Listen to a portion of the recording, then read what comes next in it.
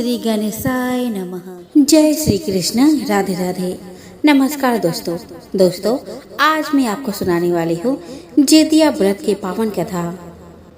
तो दोस्तों कथा इस प्रकार है। दोस्तों किसी नगर में एक राजा और रानी रहा करते थे। धन संपत्ति का उनका कोई कमी नहीं था। कमी था तो बस एक संतान का। उन्होंने बहुत से वैद्य को दिखाया, झाड़ फूक कराया, पर बच्चा नहीं हुआ। लोग राजा को कहने लगे कि राजन आप दूसरी शादी कर लो, यह रानी बांझ है। लोग रानी को बाज बोलकर बुलाने लगे। एक दिन रानी बड़ी उदास होकर बैठी थी। तभी एक बुढ़िया रानी से पूछी कि रानी तुम क्यों उदास बैठी हो। रानी ने कहा कि माई भगवान ने मुझे सब कुछ दिया है, बस नहीं दिया तो एक संतान। तब बुढ़िया ने कहा कि रानी कल गांव की हर महिला जितिया व्रत रख रही है। रानी ने पूछा कि यह जितिया व्रत क्या होता है। तब उस बुढ़िया ने कहा बेटी बच्चे की लंबी उम्र और उनके सलामती के लिए औरतें जितिया का व्रत करती है। रानी कहती है कि माई मेरे तो बच्चे ही नहीं है, मैं किसके लिए जितिया का व्रत रखूंगी। बूढ़ी औरत बोली कि जिनके बच्चे नहीं है वे भी जितिया का व्रत संतान प्राप्ति के लिए करती है। तुम भी जितिया का व्रत करो, भगवान ने चाहा तो तुम्हारी भी गोद जल्दी ही भर जाएगी। रानी ने पूरी विधि विधान से जितिया का व्रत किया। एक दिन पहले नहा खाई किया, दूसरे दिन निर्जला व्रत। शाम के समय जब रानी नदी नहाने जा रही थी, वह रास्ते भर जितिया महाराज का गुहार लगाते और आंसू बहाते जा रही थी। तभी रास्ते में उसे एक मेढकी दिखाई दी। मेढकी ने रानी से पूछा रानी तुम इतनी उदास क्यों हो और रो क्यों रही हो। रानी ने कहा ना रो तो क्या करूं, भगवान ने मुझे सब कुछ दिया, बस मुझे संतान सुख नहीं दिया। मेढकी ने कहा कि देखो रानी मेरे तो बच्चे कच्चे हो गए हैं, तुम मेरे गर्भाशय ले लो और अपना दे दो ताकि तुम्हें भी संतान की प्राप्ति हो जाए। रानी ने ऐसा ही किया। रानी ने मेढकी की बच्चेदानी ले ली। कुछ दिनों बाद रानी ने गर्भधारण किया। चारों ओर खुशहाली छा गई। 9 महीने बाद रानी ने एक मेढक को जन्मा। रानी बहुत ही डर गई कि अब क्या होगा। राजा देखेंगे तो क्या कहेंगे कि मैंने एक मेढक को जना है, मैं उन्हें अपना मुंह कैसे दिखाऊंगी। राजा तो यह देखकर मुझे घर से निकाल देंगे। यह सोचकर रानी बहुत ही उदास हो गई और वह रोने लगी। उधर राजा अपने बेटे से मिलने के लिए व्याकुल हो गए, पर रानी ने कह दिया कि राजा अभी अपने बेटे का मुंह नहीं देख सकते, मुंह देखना राजा के लिए शुभ नहीं होगा। इस तरह राजा जब भी अपने पुत्र को देखना चाहा, रानी कोई न कोई बहाना बना देती थी। दोस्तों राजा के महल में 7 कोठियां थी, जिसकी चाबी रानी के पास ही होती थी। रानी ने उसी कोठी में से एक कोठी में अपने बच्चे यानी मेढक को रखती थी। ऐसे ही दिन बीतते गए। जब कोई पड़ोसी उससे उसके पुत्र के बारे में पूछता तो वह बोल देती थी कि वह पढ़ने के लिए बाहर गया है। एक बार उस नगर में किसी सेठ के बेटे का शादी था। सेठ ने बड़े ही आदर सत्कार के साथ राजा और रानी को निमंत्रित किया था। रानी वहां बैठी ही थी कि कुछ लोग आपस में दबे आवाज में कुछ बोल रहे थे कि रानी और जेठानी ने तो एक के साथ बच्चे को जना था। जेठानी के बच्चे का तो आज शादी भी हो रहा है, पर रानी के बेटे को तो आज तक किसी ने नहीं देखा। क्या पता रानी ने बच्चा जना भी है या नहीं। यह बात सुनकर रानी को बड़ा दुख हुआ और उसने राजा से कहा कि सुनिए ना, चलिए हम भी अपने बच्चे का शादी करवा देते हैं। रानी की बात सुनकर राजा ने कहा कि तूने तो बात सही कही है, चलो मैं तेरे लिए बहू ला ही देता हूँ। राजा ने कहा कि एक पोटली में आटा डालकर कुछ मोहरे रख दे।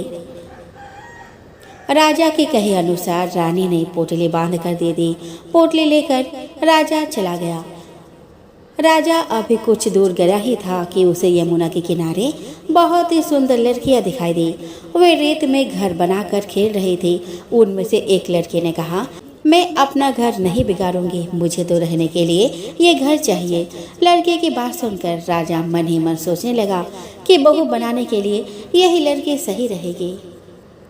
जब वह लड़के जाने लगे तो राजा भी उसके पीछे पीछे उसके घर तक चला गया। वहां जाकर राजा ने कहा कि बेटी, अभी तो भादो मास चल रहा है, इसीलिए किसी के घर में खाना नहीं खाता। मैं आटा लेकर आया हूँ। तुम अपनी माँ से पूछो कि क्या वो मेरे लिए आटा छान कर 4 रोटी बना देगी। यदि वह मेरा आटा छान कर रोटी बनाएगी तो ही मैं रोटी खाऊंगा। लड़की ने जाकर अपने माँ से सारी बात कह दिया। माँ ने कहा कि ठीक है, जाकर राजा से कह दे कि वह अपना आटा दे दे, मैं रोटी बना दूंगी। जब वह आटा छानने लगी तो आटे में से मोहरे निकली। वह सोचने लगी कि जिस आटे में इतनी मोहरे है उसके घर में कितनी मोहरे होंगी। जब राजा खाना खाने बैठा तो लड़की की माँ ने कहा कि राजा, आप अपने लड़के के सगाई करने जा रहे हो। तब राजा ने कहा कि मेरा बेटा तो काशी में पढ़ने गया हुआ है, लेकिन यदि तुम कहो तो खांड कटोरे से विवाह करके तेरी बेटी को अपने साथ ले जाऊं। लड़की की माँ ने कहा कि ठीक है। राजा अपने बेटी बहू को लेकर अपने राजमहल लौट आया और रानी से कहा कि देखो रानी, मैं बहू लेकर आया हूँ। रानी ने कहा कि दुनिया तो ताने मारती है, अब आप भी मारने लगे। हमारे बेटा तो काशी पढ़ने गया है, तो बहू कहाँ से आएगी। राजा ने कहा कि तू दरवाजा खोल कर दे देख। तब रानी ने दरवाजा खोला तो सामने बहू को खड़ी देखा। उसने बहू को स्वागत किया और आदर सत्कार से अंदर ले आई। सारे नगर में खबर फैला दी जाती है कि राजा के बेटे का आज शादी है। सारे लोग शादी में आमंत्रित है। सारे लोग राजकुमार को देखने के लिए नजर टिकाए बैठे थे। रानी ने अपने बेटे मेढक को एक स्वर्ण के बक्से में भरकर शादी के मंडप में ले आई। सभी लोग देखकर हैरान थे कि राजकुमार कहाँ है। रानी ने कहा कि राजकुमार तो पढ़ने बाहर गया हुआ है, इसीलिए उसके जगह उसने उस बक्से को रख दिया और बक्से के साथ ही उस लड़की की शादी करवाया गया। सिंदूर दान के समय रानी ने चुपके से उस मेढक से उस लड़की के मांग में सिंदूर डलवा देती है। इस प्रकार मेढक राजकुमार का शादी संपन्न हो जाता है। रानी फिर उस मेढक राजकुमार को 7वीं कोठी में बंद कर देती है। सुहाग रात के दिन वह मेढक खिड़की से कूदक कर अपने पत्नी के कमरे में आ गया। दुल्हन मेढक को देखकर उसे भगाने लगती है। तभी उस मेढक से एक आवाज आती है कि प्रिय, मैं तुम्हारा पति हूँ, मेरे साथ ही तुम्हारा शादी हुई है। तभी मेढक से 18 साल का जवान युवक बाहर निकलता है और कहता है कि मैं ही तुम्हारा पति हूँ। दरअसल मेरी माँ की पुत्र नहीं हो रहा था, इसलिए मेरी माँ ने एक मेढकी के गर्भाशय लिया था। मेढकी का गर्भाशय होने के कारण मैं इस मेढक के खाल में रहता हूँ। अब यह घटना रोज की हो गई थी। रोज वह मेढक कोठे की खिड़की से कूदक कर अपने पत्नी के कमरे में आ जाता था। ऐसे ही दिन बीत रहे थे और नई दुल्हन का गर्भ ठहर जाता है। यह बात रानी को पता चली तो रानी को बहुत ही हैरानी हुई। उसने तुरंत ही नई दुल्हन को बुलाया और पूछा कि सच बताओ, यह बच्चा किसका है, क्योंकि मुझे पता है कि यह तो मेरे बेटे का नहीं है। तुमने किसके साथ अपना मुंह काला की हो, बताओ। तब दुल्हन ने कहा कि माँ जी, मैं पतिव्रता स्त्री हूँ, अपने पति के अलावा और किसी के बारे में मैं सोच भी नहीं सकती। तब दुल्हन ने सारी सच्चाई कह सुनाई। रानी को विश्वास नहीं हुआ। तब दुल्हन ने कहा कि माँ, अगर आपको विश्वास नहीं हो रहा तो आज रात मेरे कमरे में आप छुप कर बैठ जाइए। रात हो गई।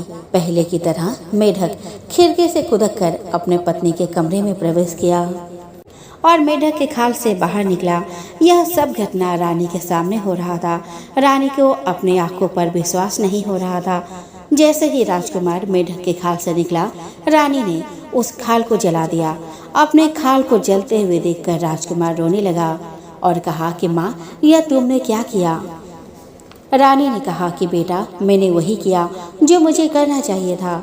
रानी ने अपने बेटे को गले से लगा लिया और जीवत भगवान को कोटि कोटि नमन की। दूसरे दिन रानी ने सारे नगर वासियों को आमंत्रित किया और कहलवा दिया कि कल मेरी बहू की गोद भराई का रस्म है, इसीलिए आप सभी को आना है और अपना आशीर्वाद देकर जाना है। रानी ने सारी महल को दुल्हन की तरह सजवाया। सारे नगरवासी राजमहल आए। राजकुमार को देखकर हैरान थे और आपस में कहने लगे कि अच्छा, राजकुमार इतना सुंदर है, इसीलिए रानी ने उसे हमसे छुपा कर रखा। सारे नगरवासी उन्हें दिल भरकर आशीष दिया। राजा, रानी, राजकुमार और नई दुल्हन खुशी खुशी रहने लगे। तो बोलो जीवत भगवान की जय।